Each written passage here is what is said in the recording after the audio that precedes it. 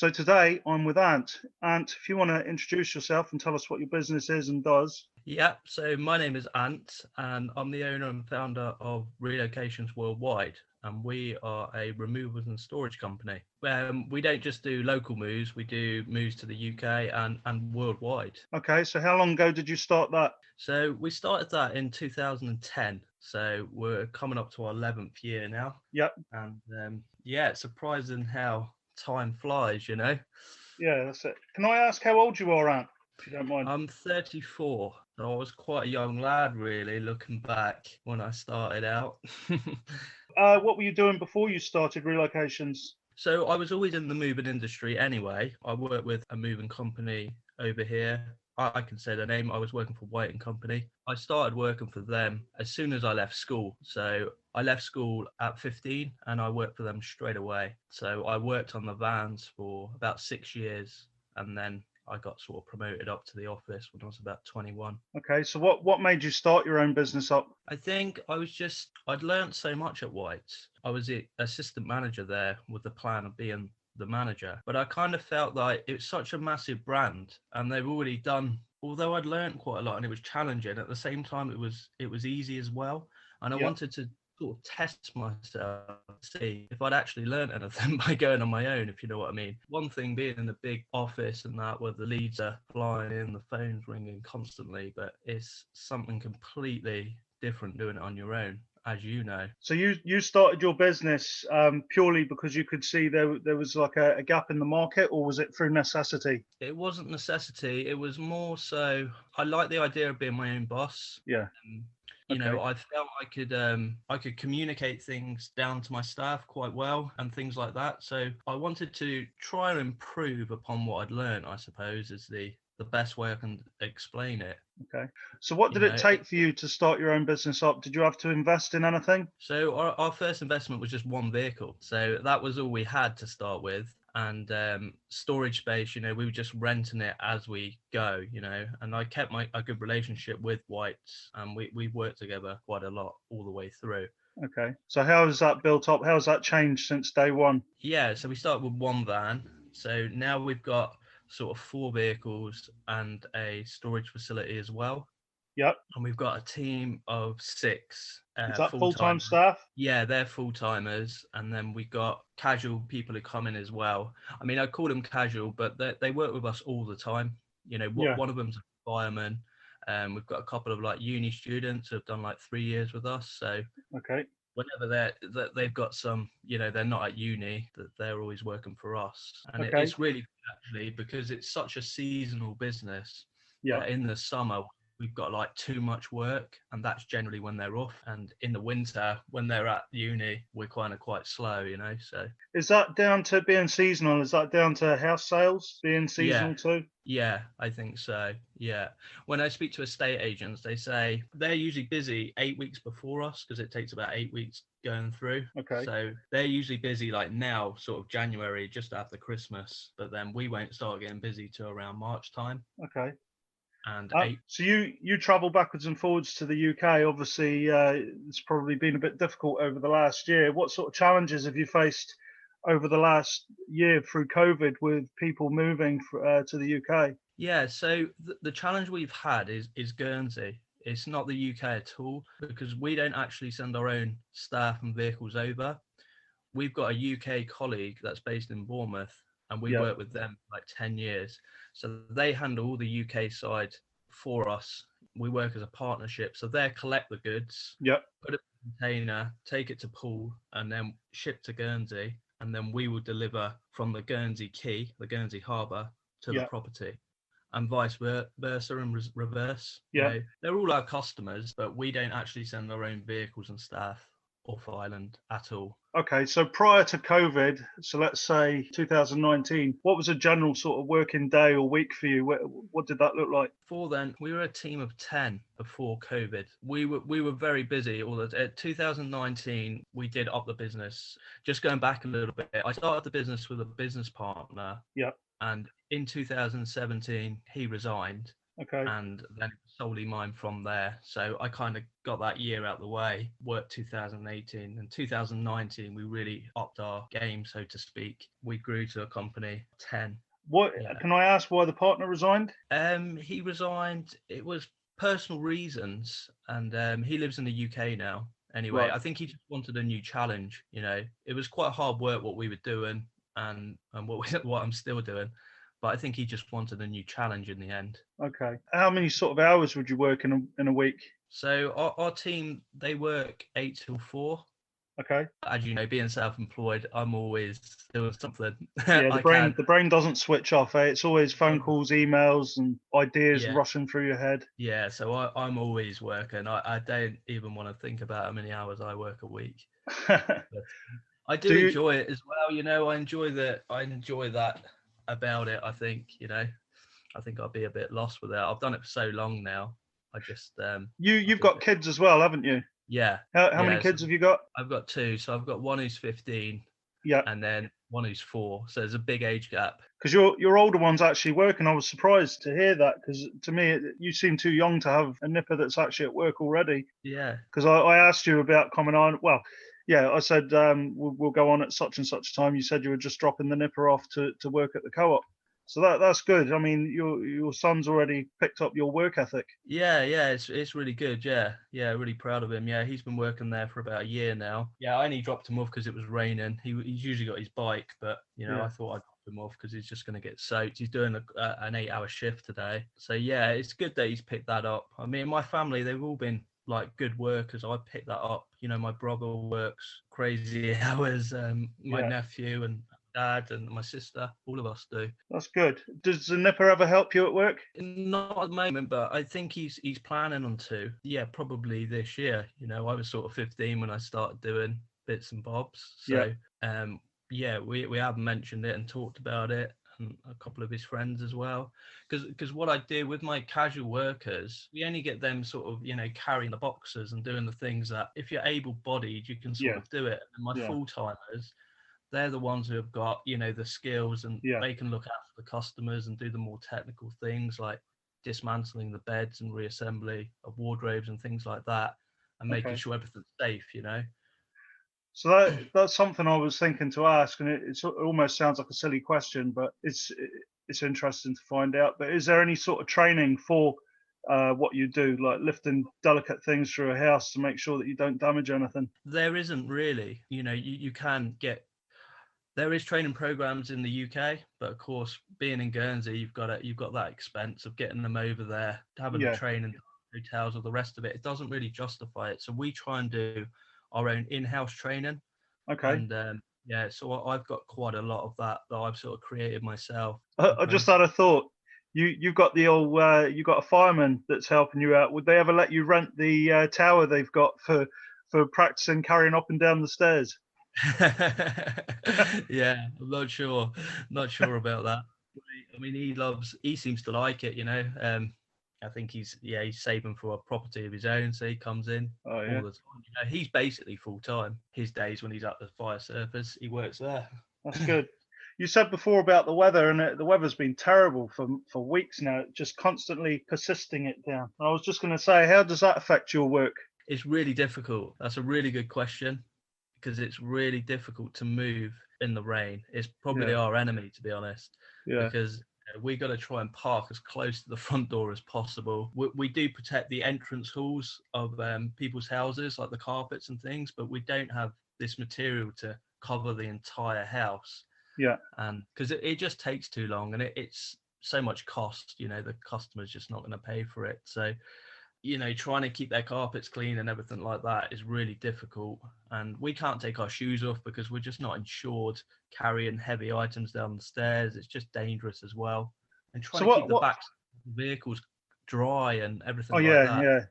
So Really everything difficult. has to have sort of a specialized wrapping on it, I suppose, if it's raining. Yeah, we just try our best to, really get it out to the van quick and get it off quick and in. So have you got any horror stories of any accidents or any sort of Horror things that? stories. I'm trying to think of a horror story. I mean, Like a everyone piano that's fallen out the back of a lorry or something. Uber gets damages something. That's not something we're going to say we don't ever get any damages, because that would just be untrue. That's just Yeah, part and parcel of lifting things, packing things away, putting it yeah, into a vehicle and out of a vehicle. But we apply methods to minimize the risk of that yeah, as we can. I remember I was packing some glassware once, and the actual cupboard itself was glass shelves, yeah, and like the pins for the yeah, yeah, shelves, you got like pins that would hold it. yeah. I didn't realize, but because it had loads of glasses on, but there was only 3 pins in this glass, and I was packing the top shelf, and I took a glass up. As soon as the weight was Yeah, gone, it flipped redistributed. back on itself and went through the entire cabinet.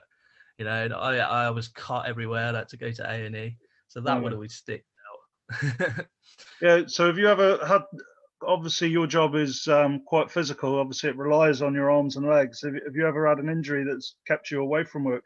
Surprisingly, not really. No, no. A lot of people say it's bad for your back and all the rest of it, but in fact, I think because you're using that muscle all the time, it just seems to be strong. Yeah. So I've never really had many issues with my back. Okay. To be honest. Well, hopefully, I haven't jinxed you now by asking that question and you saying I've never really. Yeah. Yeah, maybe. Yeah, maybe. I mean, it is a young man's game, though, I must admit, because I mean, I'm only 34 and I try and keep myself quite fit. I help the guys on the lead up to Christmas just to get us finished, and I Yeah. was exhausted. You'll have to get that 15-year-old in the gym then. There's your next Yeah, generation. exactly. Yeah, yeah. No, the So, boys, they work super hard. yeah, that's good. Your business obviously is now being affected like everybody else is here. I've said it on every podcast, but in case anyone only listens to one and they're not in Guernsey and they don't know our situation, we've been clear of COVID almost completely since May last year, up until completely out of the blue last Saturday. There was a media briefing by our government where they told us we were going into an instant lockdown for a minimum of 2 weeks. And it's not going to end at 2 weeks, it's only going to be reviewed.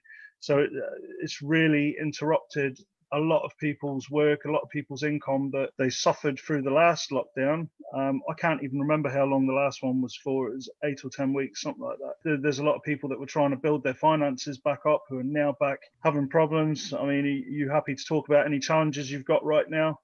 Yeah, I'm happy to talk about that. Yeah, I mean, the lockdown and everything. Yeah, I was completely oblivious to it. I just woke up on Saturday, and Everyone was. yeah, I was just sort of told, suddenly we're going to go on lockdown again, and there it was, and there we were. So yeah, I suppose the challenge we get is because of what we do. Our income is from house moves, and that's all our income really. We get income for storage, but the Yeah, storage rental that we got is basically it's just paying the rent on the storage facility yeah, and all the associated cost. So taking that away, all our staff's wages and that comes from booking house moves and servicing those moves. yeah, So now we can't do it effectively. Our income has come to it is at zero at the moment. yeah, And I've got that team, that core team of 6, and I desperately want to keep them together yeah. because they're my key team members. That's the And problem a lot of businesses have got right now is because no one knows how long this is going to go on for. It's really tough, and it's hopefully the states recognise that and help everybody properly to keep everyone stable, keep the workforce stable, and keep people's businesses going, because it's going to be of no benefit to the states to have a lot of businesses shut down, a lot of services stopped, a lot of people out of work. People want to go, basically we want to get back and hit the ground running, but that's we need, yeah, we need the states on our side to do that. If you could say anything to the states, I keep saying the states, and I know I've seen the analytics, and there is people in the United States listening to this. And when I say states, that's our government. They're called the States of Guernsey, so it's right. probably confusing people me saying that all the Yeah. time. But yeah, if you were in our government and you could ask them to do anything that would make your business better, or something that you recognise that you've identified that if they did that, it would make business life easier here. Yeah, it's a really difficult question because, like, not knowing the whole thing as they see it, they see everyone's business. But yeah, you've asked like me for my business.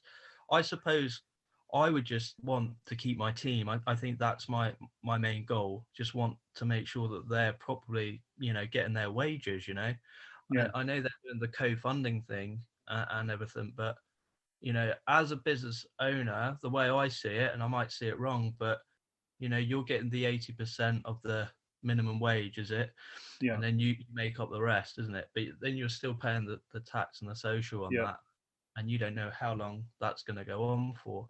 I mean, last year, we weren't in a good position. We didn't expect this, so I had no no, choice, and I had to make my team redundant last year. yeah. You know, and this year I'm trying to fight and keep them on. I've got a yard that I rent off of our government, so I've got that cost continuing, and I'm assuming that your storage unit is costing you still.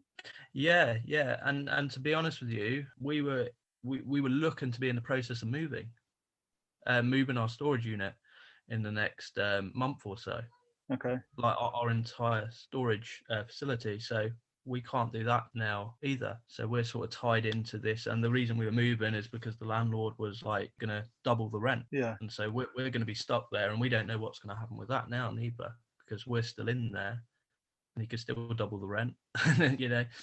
So there's lots of like, uncertainty, but I'm sure everyone's in the same boat. Yeah. Yeah, and it's very difficult for the states. I saw something today like saying they're going to give a £2,000 grant or something, and Right. Okay. I haven't seen that possibly, yet myself, so that must have only just come out. yeah, possibly after the March the 1st, I think. I mean that's great. It's like it's generous of them and everything, but if you're in a warehouse that costs 80 grand a year, that Yeah. 2 grand doesn't help you at all. No, it So will help some people more than others, or some businesses more than others, because you're going to have self-employed one-man bands that, whatever their business is, they've got no sort of liabilities. They might only go out. They might be a painter, for instance, and they travel around in a little van, and they'll get the same amount of grant as you, and you've got a warehouse to pay for as well, and lots of yeah, staff members to pay 20% of as well. So yeah, it's fair what they've done, what they did with the grants last time. I'm not 100% on what they're doing this time yet. Yeah, it's fair what they've done because everybody's treated equally. But they recently suggested, where initially in last year they said that the grants weren't repayable. So everyone, you just take that, do what you want with it for your business, chuck it into your business, keep it going. But some organisations obviously took that when £3,000 just wouldn't have touched the side on their turnover, and they probably had big resources, big funds in the bank where it wasn't really required, and our government's saying, would you mind paying that back now? But it sort of puts pressure on the smaller people like us that thinking, well, if there are other people paying it back and we don't, then we're going to look like we're scrounging, or whatever term people want to use. But that's not the case. Where Oz, that kept us going, that kept us alive, that kept our businesses alive. Whereas some people took it when they didn't really need it at all. no, that's right. Yeah, yeah, and like they deferred the quarterly returns last time as well. I mean, I found that helped because it gave you almost like 6 months.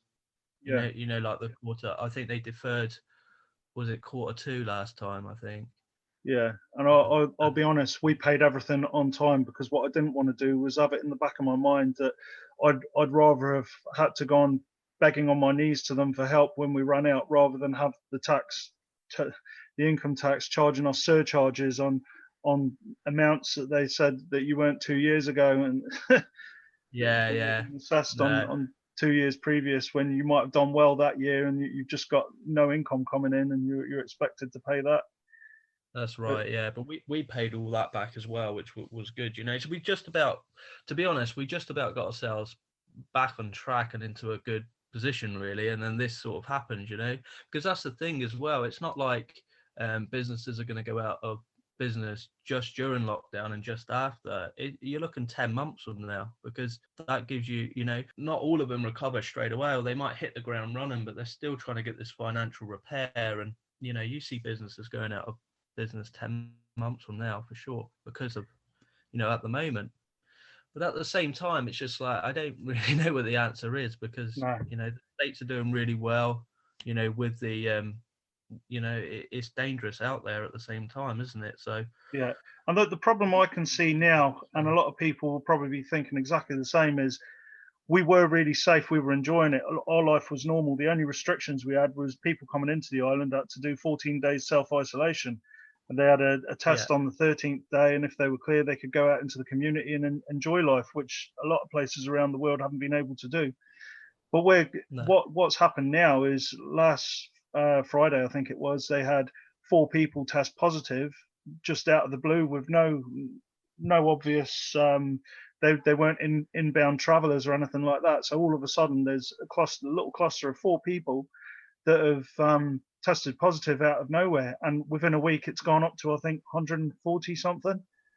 yeah, So because everyone at that point was living a normal life still, so it was able to spread rapidly. Yeah, it's scary because we could get over this in a couple of weeks, maybe 3 or 4 weeks, and we'll be back to work. But then what's stopping it happening again? Because we were still letting inbound travellers in on essential working permits. So there's still that's that right. small opportunity for it to happen. Yeah, and you mentioned the 14-day isolation, and we battled with that all year because we're moving people into the island, see? Yeah, So, once their goods arrive here and they arrive here themselves, we can't deliver until 14 days after they self-isolated. So, because we're not allowed into their space neither, because we're going in, our moving teams would be going into the isolated space. yeah, So, and that was classed as mingling.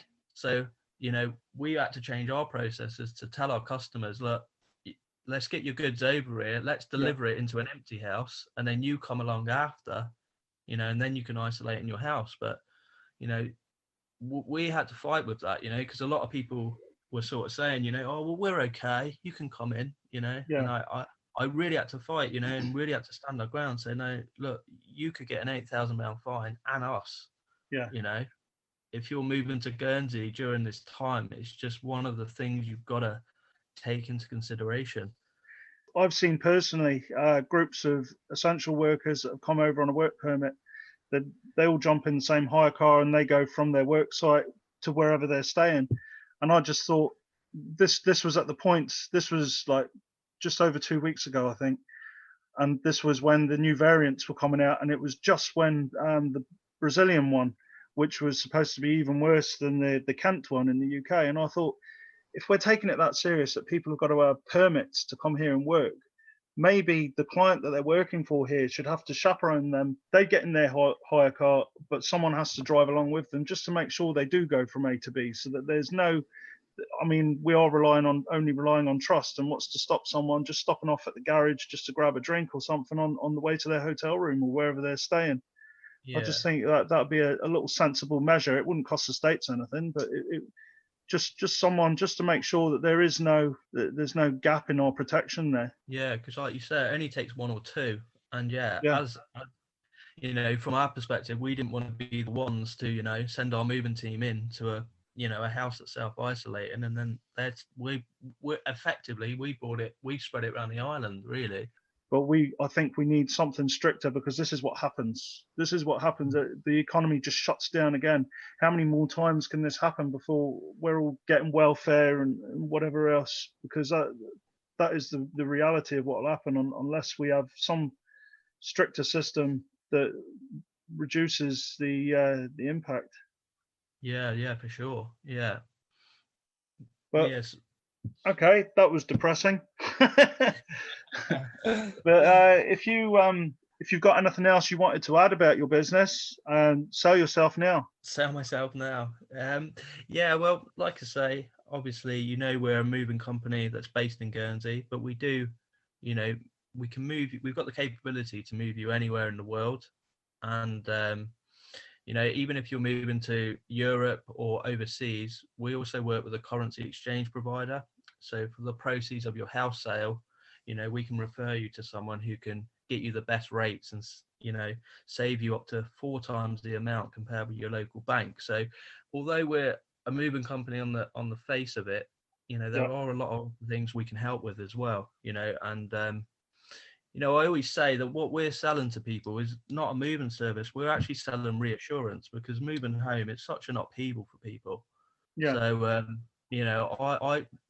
I've set my company up. We're just trying to reassure everyone, who's moving home, because it's so stressful. It's like the third stressful thing you can do in life, Yeah. according to the stats behind death and divorce. And Well, I there's should have such asked this. I've asked other people, but during lockdown, are you using your time towards your business for anything?